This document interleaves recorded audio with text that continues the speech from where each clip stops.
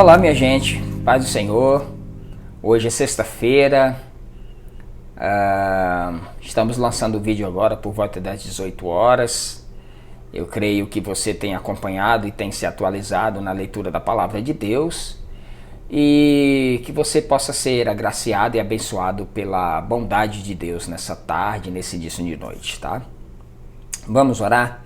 Pai, nós te louvamos pelo teu grande amor, por tua grande misericórdia, por nos oferecer a tua palavra, nos dá entendimento, nos dá sabedoria para extrairmos dela o necessário para o nosso alimento espiritual. Oramos e te pedimos que seja assim no nome de Jesus. Amém. Graças a Deus, minha gente. Vamos lá no Lucas capítulo 12.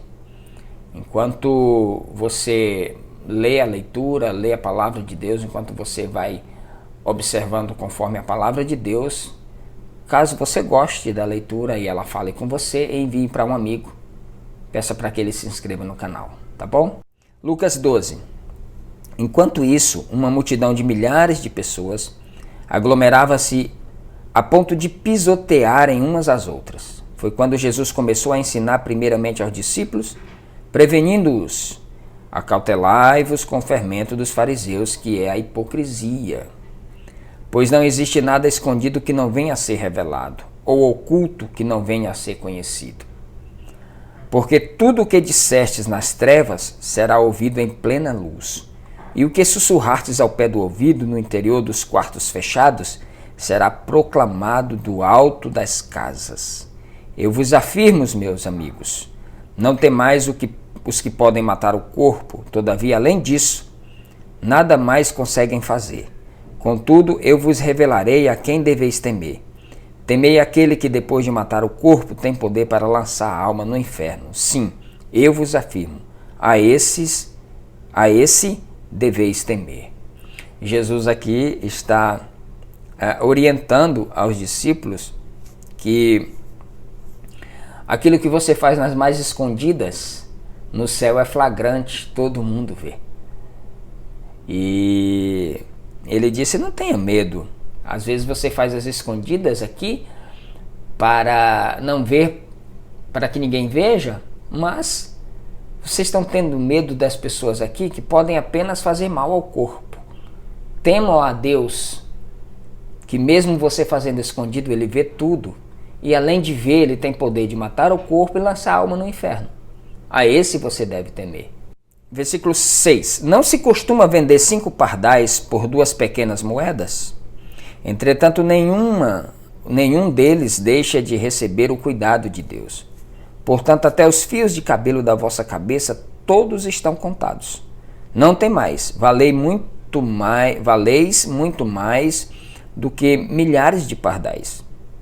Digo-vos mais, todo aquele que me confessar diante das pessoas, também o Filho do Homem o confessará diante dos anjos de Deus. No entanto, o que me negar diante dos homens será negado diante dos anjos de Deus. Todo aquele que disser uma palavra contra o Filho do Homem será perdoado, mas quem blasfemar contra o Espírito Santo jamais receberá perdão. Quando vos levarem forçados às sinagogas e perante os governantes e autoridades, não vos preocupeis quanto à maneira que deveis responder, nem tampouco quanto ao que tiverdes de falar.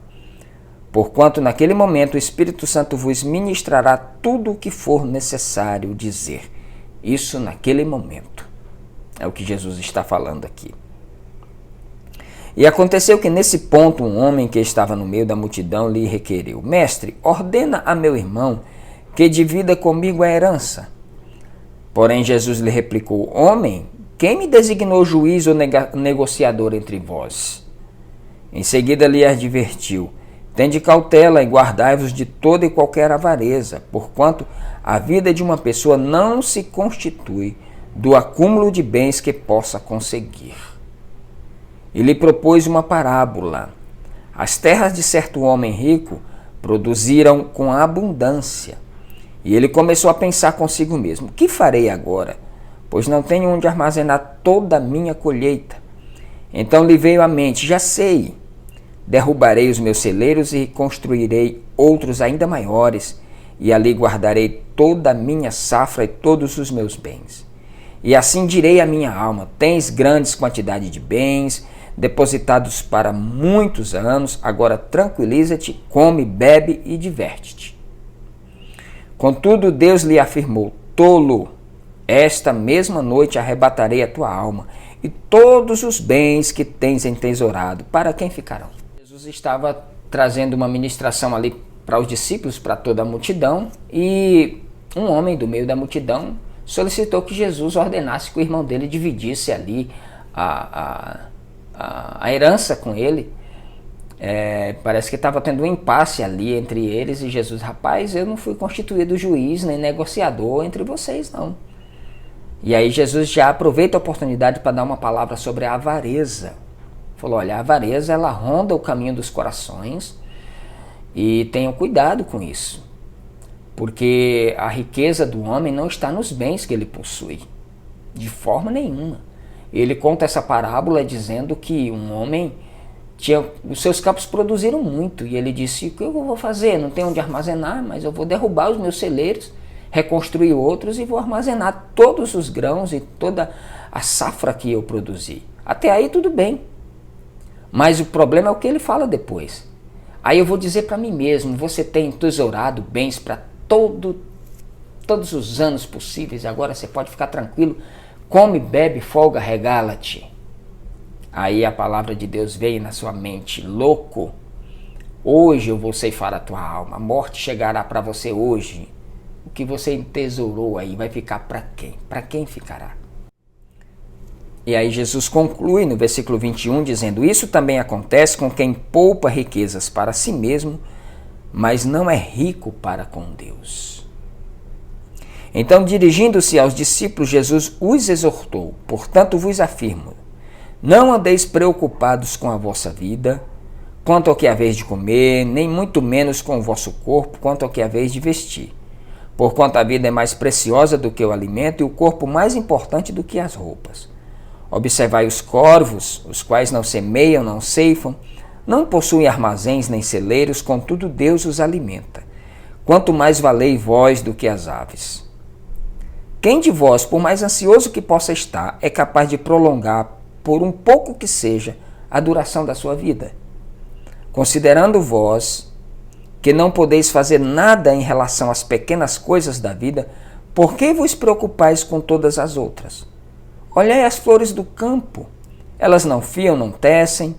Eu todavia vos asseguro que nem mesmo Salomão, em todo o seu resplendor, pôde se vestir como uma delas. Ora, se Deus veste assim uma simples erva do campo, que hoje vive e amanhã é lançada no fogo, muito mais dará a vós, vestindo-vos da glória, homens fracos de fé. Não procurareis, pois, ansiosamente o que haver de comer ou beber. Não empenhareis o vosso coração nessas preocupações. Jesus disse: gente, eu alimento passarinho, eu visto lírio do campo, flor. Vocês são mais importantes do que essas coisas. Não fiquem preocupados com isso. Não fiquem antecipando o futuro para o presente, a ponto de você deixar de viver o presente preocupado com a comida, com o vestido. Buscai em primeiro lugar o reino de Deus, e todas as demais coisas vos serão providenciadas. Porquanto o mundo pagão é que peleja por essas coisas, entretanto o vosso Pai sabe perfeitamente que as necessitais. Buscai, pois, em primeiro lugar o reino de Deus, e todas as demais coisas vos serão providenciadas.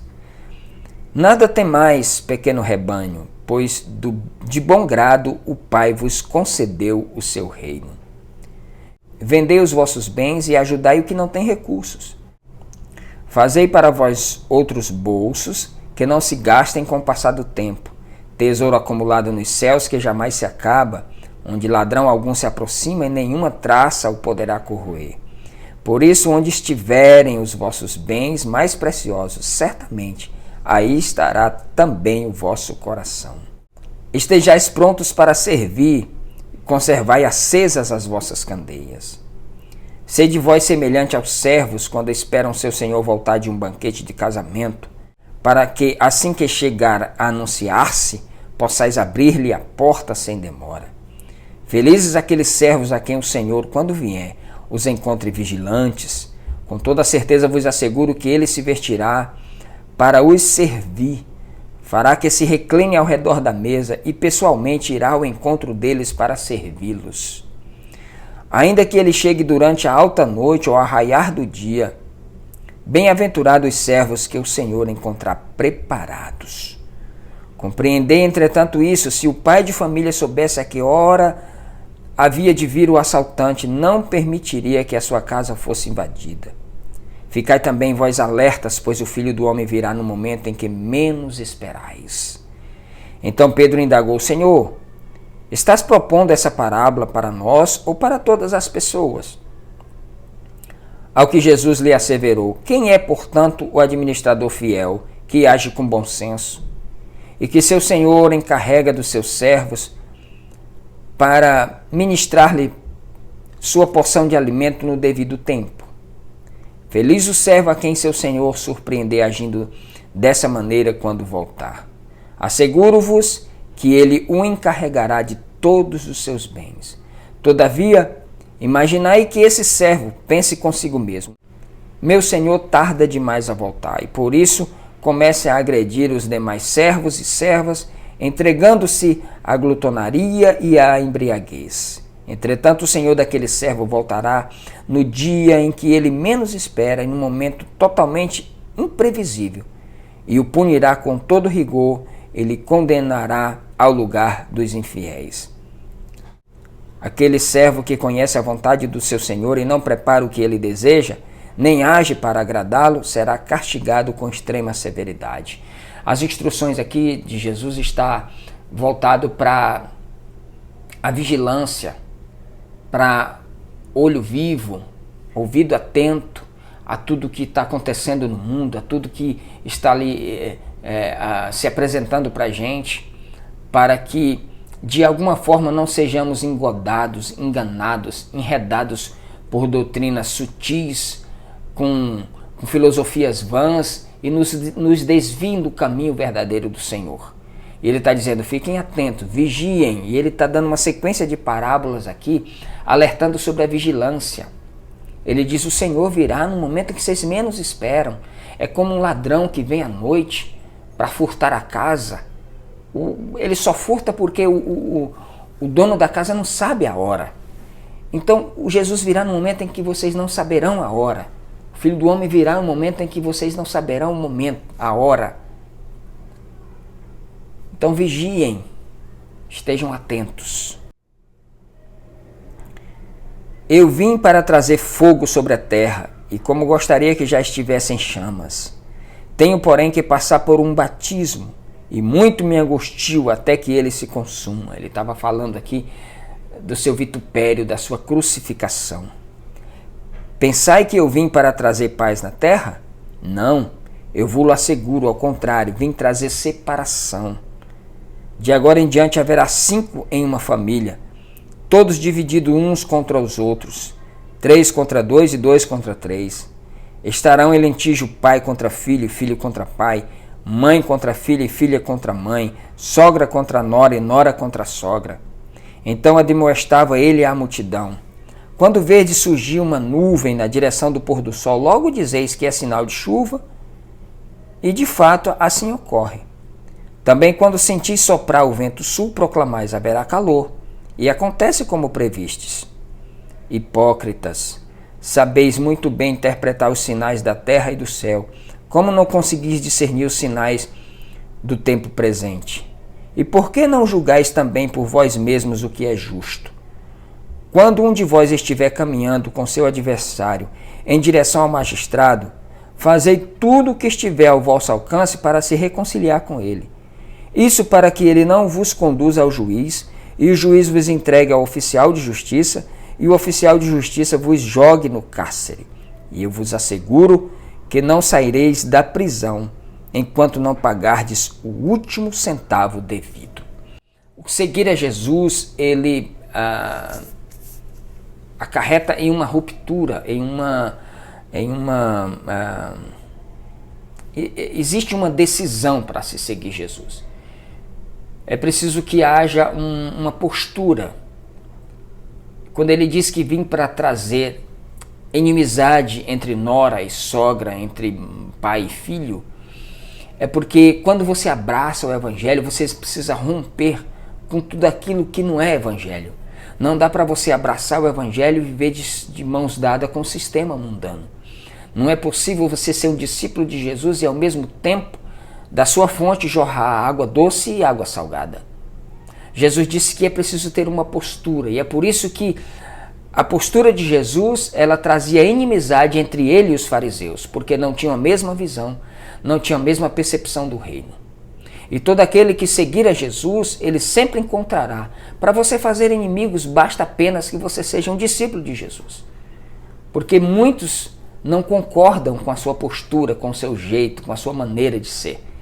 E Jesus já nos admoestou isso. Olha, eu vim para trazer essa cisão, essa ruptura. Eu vim para trazer essa separação. Mas estejam vigilantes. Porque o Filho do Homem virá no momento em que você menos espera. Não abra mão da sua decisão de ser um discípulo de Jesus. Que Deus abençoe, um excelente final de semana. A gente se encontra na segunda-feira aqui para mais uma leitura do Evangelho de Lucas. Um forte abraço e até lá.